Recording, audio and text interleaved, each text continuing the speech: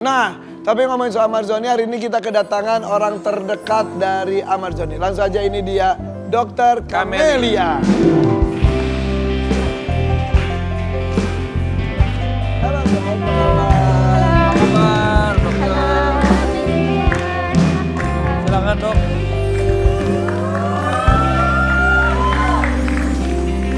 Mana sini? Oke. Dok, saya pertama ya pastinya juga kami sebagai kawan dari Ahmad Zhoni juga turut prihatin. Jadi kita doakan juga pasti yang terbaik. Saya sama Irfan kemarin ke sana, memang ada agenda lain tapi tadinya mau mencoba untuk bertemu tapi karena masih lewatin assessment dan lain-lain ya tadinya kita bisa ya seenggaknya bisa lihat dari CCTV tapi karena sore ini karena ya ada satu dan lain. Dokter itu bener pacarnya Ahmad Zhoni. Ya Allah langsung rumpi ya dia ya. Langsung gimana-mana tuh basa-basi dulu, apa kabar gitu loh. Itu the point aja deh. Jangan gitu. Emang bener dok? Gak apa-apa. Emang bener dok? Udah. Iya sebenarnya awalnya cuma bisnis doang sama Adit kan gitu. Terus dikenalin sama Bang Amar. Bang Amar tuh sering ngasih ide-ide gitu lah buat Ahmad bisnis Zhoni aku. sedang ada di Rutan Salemba. Di Rutan Salemba. Ketemu untuk ngomongin bisnis.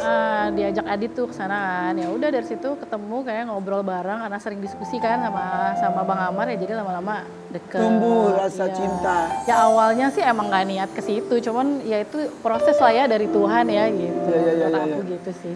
Jadi supaya di lapas pun namanya tetap maksudnya bisa berkarya, bisa berpikir dan lain-lain gitu ya. Iya, dia ngasih ide-ide bisnis aku dan Adit loh.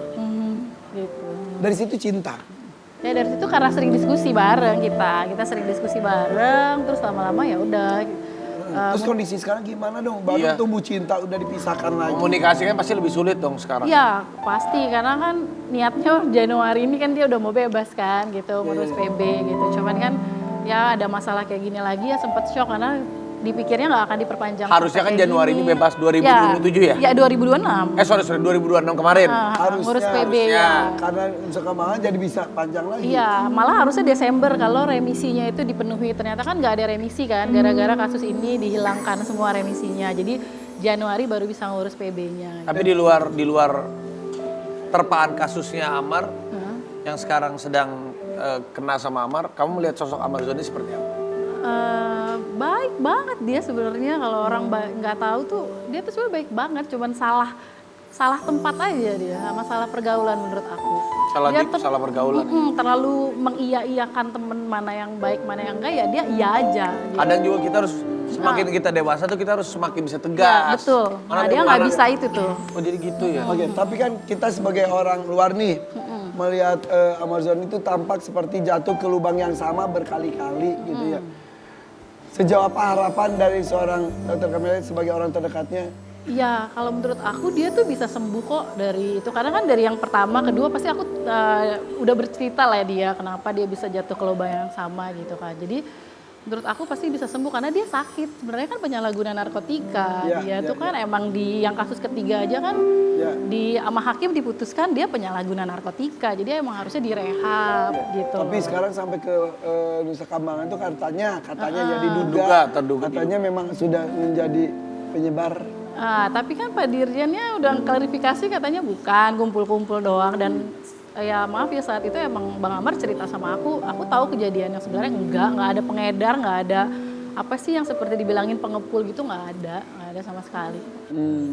Jadi masih dalam tahap penyelidikan kah? Iya dong kan belum sidangnya aja baru sidang dua kali gitu. Jadi agak bingung juga sebenarnya kenapa harus dikirim ke sana. Maka di sana sebetulnya sedang asesmen juga berarti sedang ada penilaian berikutnya mungkin ya.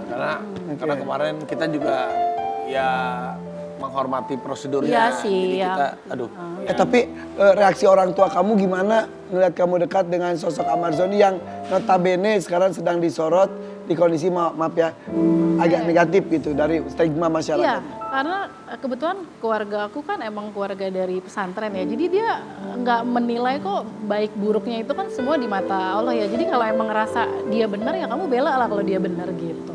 Jadi Camelia benar gak sih katanya kan sempet tuh orang tua kakak pergi umroh katanya. Oh iya betul. Sempet nitip doa ya. Oh iya aku nitip doa bener.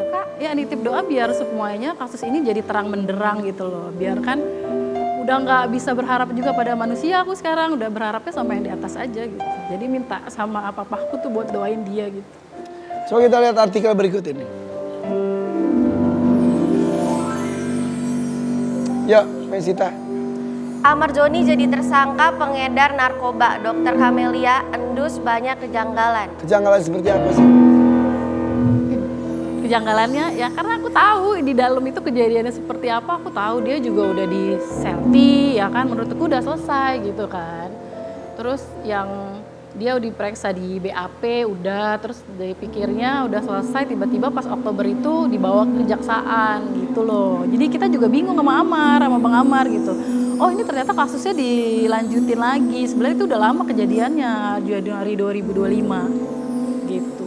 Tapi kakak sempat ngerasa kayak nyerah nggak sih kak? Apalagi kan Enggak, karena gini, nggak adanya aku hubungan sama Bang Amar, pasti aku bela karena aku tahu kejadiannya kayak gimana dong. Kita harus mengungkap kebenarannya gitu loh, jangan diem aja. Jadi ada curhat waktu sebelum Amar dipindahin ke Nusa Kambangan, pernah ada Oh curhat iya, sama pas kamu? kejadian Januari itu pun dia udah cerita sama saya bagaimana kejadiannya, dan saya pun yang ngadep ke kepala karutan untuk menyelesaikan masalah ini gitu loh sama adik-adiknya. Jadi saya tahu persis gimana. Oke, kejadian. terakhir komunikasi dengan Ahmad Joni kapan?